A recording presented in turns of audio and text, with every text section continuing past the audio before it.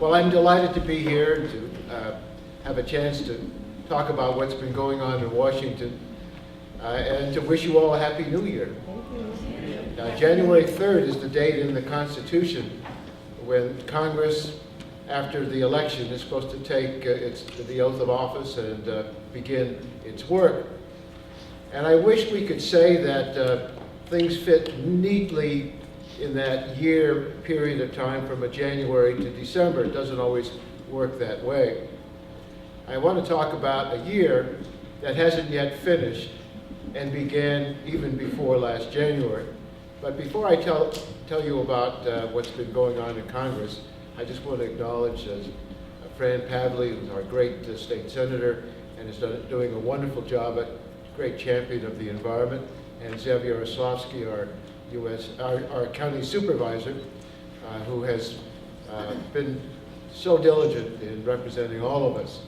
It's a pleasure to work with colleagues representing the area that I can always count on, and I hope they could always count on me, whether it's a federal, state, or county level concern. We have a very close working relationship. The first year of the Obama administration is not over. But if you look at this first year, it is quite a remarkable year.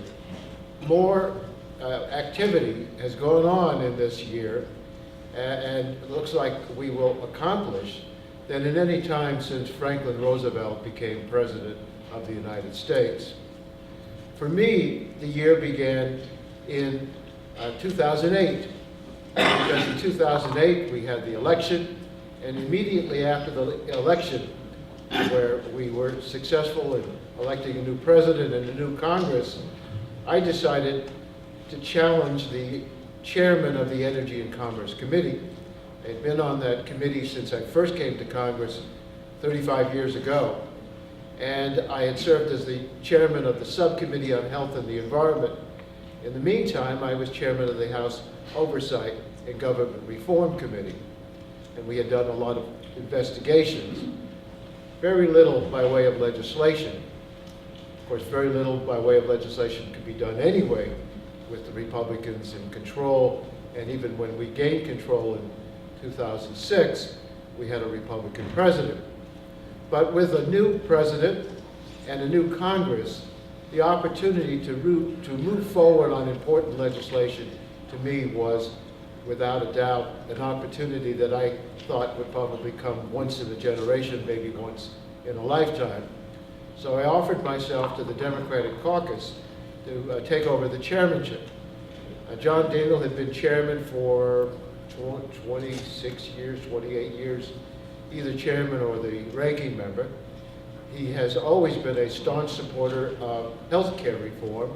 He has not always been a champion on the environmental issues, but for the most part, we see eye to eye on most issues. But I didn't think, at 82 years of age, and having been chairman for as long as he had been, that he really could do the kinds of things that I could do, and that was my argument to the Democrats. And I prevailed, which is not a very usual thing to have happen. So I became chairman and immediately proceeded to take on the issues in our committee, which include some of the most prominent issues that were on the agenda for President Obama. The first thing we accomplished was the enactment of the Energy Global Warming Climate Change Bill, known as the Waxman-Markey Bill.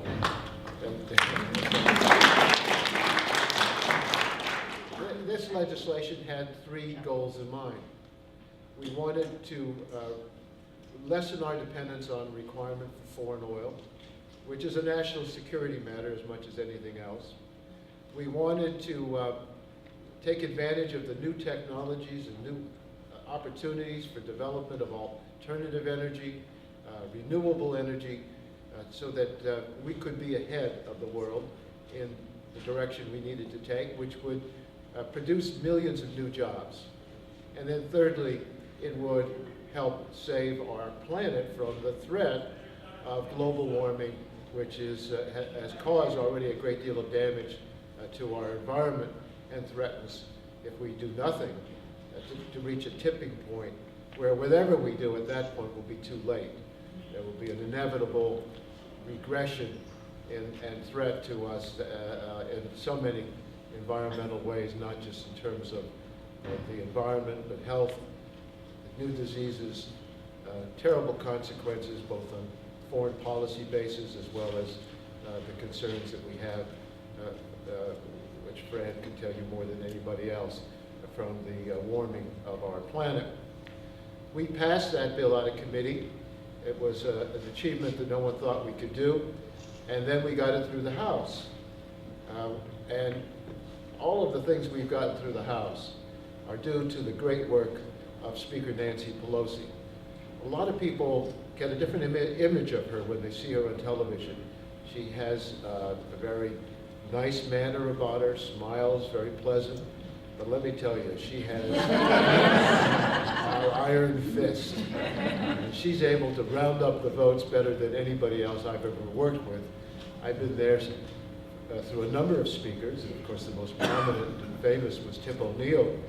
But those speakers had a way of standing back and letting the committee chairman do their job, never getting as involved in the legislation as we've seen with Nancy Pelosi.